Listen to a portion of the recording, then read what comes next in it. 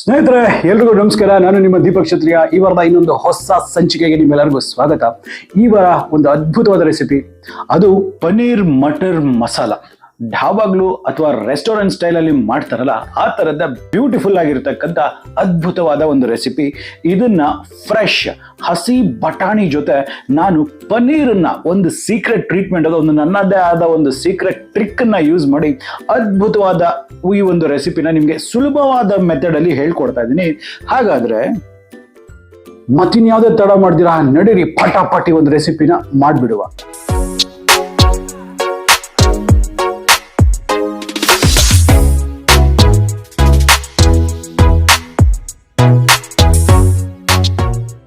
ಸ್ನೇಹಿತರೆ, ಇದ್ರಲ್ಲಿ ತುಂಬಾ ಇಂಪಾರ್ಟೆಂಟ್ ಆಗಿರ್ತಕ್ಕಂಥದ್ದು, ಮೊದಲನೇದಾಗಿ ಒಂದು ಅಗಲ ಇರ್ತಕ್ಕಂಥ ಪ್ಯಾನ್ ಅನ್ನ ತಗೊಳ್ಳಿ. ದಪ್ಪ ತಳ ಇರಬೇಕು, ಸ್ವಲ್ಪ ಅಗಲ ಇರಬೇಕು. ಆ ತರ ಒಂದು ಪ್ಯಾನ್ ತಗೊಂಡು ಅದರಲ್ಲಿ ಒಂದು 2 ಸ್ಪೂನ್ ಅಷ್ಟು ಎಣ್ಣೆಯನ್ನ ಹಾಕೊಂಡು ಅದನ್ನ ಚೆನ್ನಾಗಿ ಬಿಸಿ ಮಾಡ್ಲಿಕ್ಕೆ ಬಿಡ್ತಾ ಇದ್ದೀನಿ.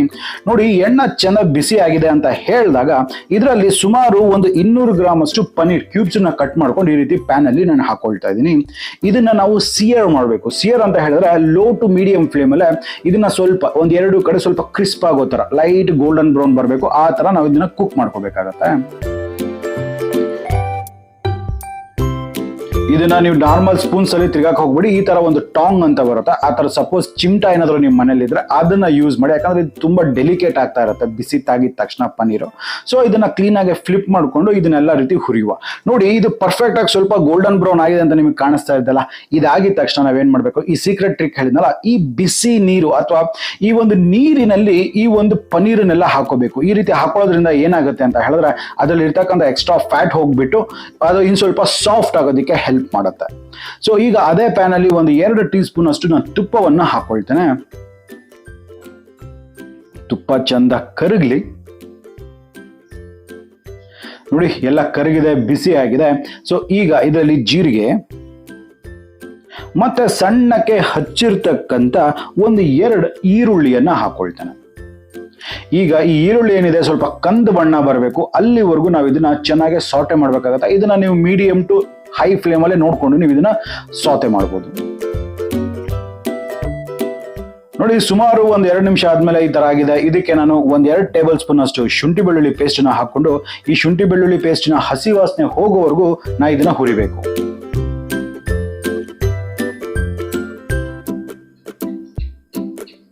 ಈ ಶುಂಠಿ ಬೆಳ್ಳುಳ್ಳಿ ಪೇಸ್ಟ್ ಎಲ್ಲ ಹಸಿ ವಾಸನೆ ಹೋಗಿದೆ. ಈಗ ಅದರಲ್ಲಿ ಅರಿಶಿಣ ಮತ್ತೆ ಧನಿಯಾ ಪುಡಿ 2 ಟೀ ಸ್ಪೂನ್ ಅಷ್ಟು, ಒಂದು 2 ಟೀ ಸ್ಪೂನ್ ಅಷ್ಟು ಹಚ್ಚ ಖಾರದ ಪುಡಿ, ಇವನ್ನೆಲ್ಲ ಹಾಕಿ ಫ್ಲೇಮ್ ಅನ್ನ ಲೋ ಇಟ್ಟು, ನೆನಪಿರಲಿ ಫ್ಲೇಮ್ ಅನ್ನ ಲೋ ಇಟ್ಬಿಟ್ಟು ಈಗ ಇದನ್ನ ಚಂದ ಹುರಿಬೇಕಾಗತ್ತೆ.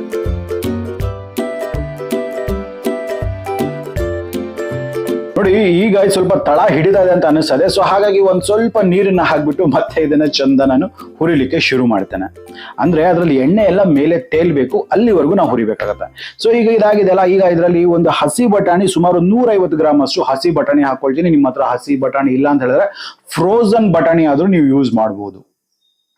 ಈಗ ಈ ಬಟಾಣಿಗಳೆಲ್ಲ ಸ್ವಲ್ಪ ಹುರಿಬೇಕು, ಸ್ವಲ್ಪ ಸಾಫ್ಟ್ ಆಗ್ಬೇಕು. ಅದ್ರಲ್ಲಿ ಇರ್ತಕ್ಕಂಥ ನೀರಿನ ಅಂಶ ಅಂತಕ್ಕಂಥದ್ದು ಹೊರಗಡೆ ಬರೋವರೆಗೂ ನಾವು ಕುಕ್ ಮಾಡ್ಬೇಕು. ನೋಡ್ತಿದ್ರಲ್ಲ, ಈಗ ಇದ್ರಲ್ಲಿ ಇರ್ತಕ್ಕಂಥ ನೀರಿನ ಅಂಶ ಹೊರಗಡೆ ಬಂದಿದೆ, ಮತ್ತೆ ಸ್ವಲ್ಪ ಎಣ್ಣೆ ಸಹ ಮೇಲೆ ತೇಲಕ್ ಶುರು ಆಗಿದೆ.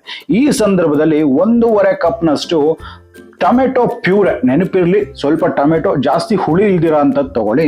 ಸೊ ಈಗ ಈ ಟೊಮೆಟೊ ಎಲ್ಲ ಚೆನ್ನಾಗಿ ಕುಕ್ ಆಗ್ಬೇಕು, ಮತ್ತೆ ಎಣ್ಣೆ ಇರುತ್ತಲ್ಲ ಅದು ಮೇಲೆ ತೇಲ್ಬೇಕು, ಅಲ್ಲಿವರೆಗೂ ಕುಕ್ ಮಾಡೋಣ. ಇದಾಗ್ಲಿಕ್ಕೆ ಸುಮಾರು ನಿಮ್ಗೆ 3 ರಿಂದ 4 ನಿಮಿಷ ಹೈ ಫ್ಲೇಮ್ ಬೇಕಾಗತ್ತೆ.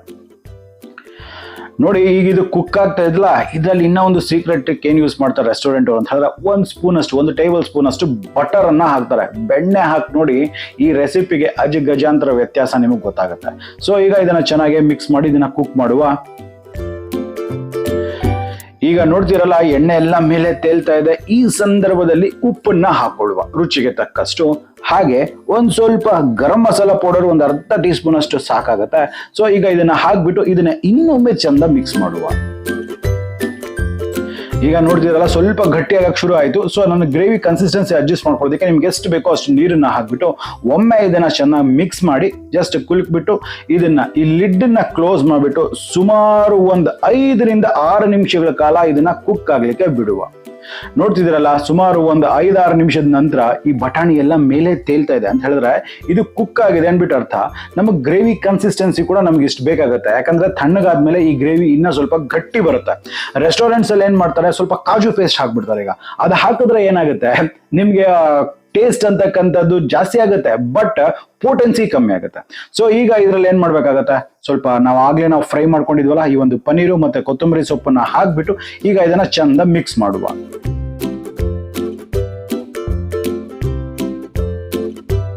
ಅದ್ಭುತ.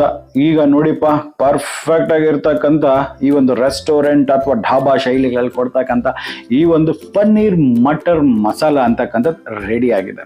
ಈ ಒಂದು ರೀತಿಯಲ್ಲಿ ನಾ ಹೇಳ್ತಕ್ಕಂಥ ರೀತಿಯಲ್ಲಿ ನೀವು ಒಮ್ಮೆ ಟ್ರೈ ಮಾಡಿ ನೋಡಿ.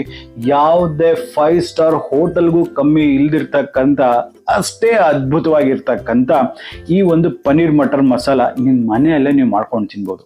ಇದನ್ನ ನೀವು ಎಲ್ಲ ಥರದ ಚಪಾತಿ ಆಗಿರ್ಬೋದು, ಫುಲ್ಕಾ, ನಾನ್, ಬಟರ್ ಗಾರ್ಲಿಕ್ ನಾನ್, ಯಾವುದೇ ರೀತಿಯಾದ ಒಂದು ಬ್ರೆಡ್ ಜೊತೆ ನೀವು ಯೂಸ್ ಮಾಡಿ ತಿನ್ಬೋದು. ಅದ್ಭುತವಾಗಿ ಟೇಸ್ಟ್ ಮಾಡುತ್ತೆ.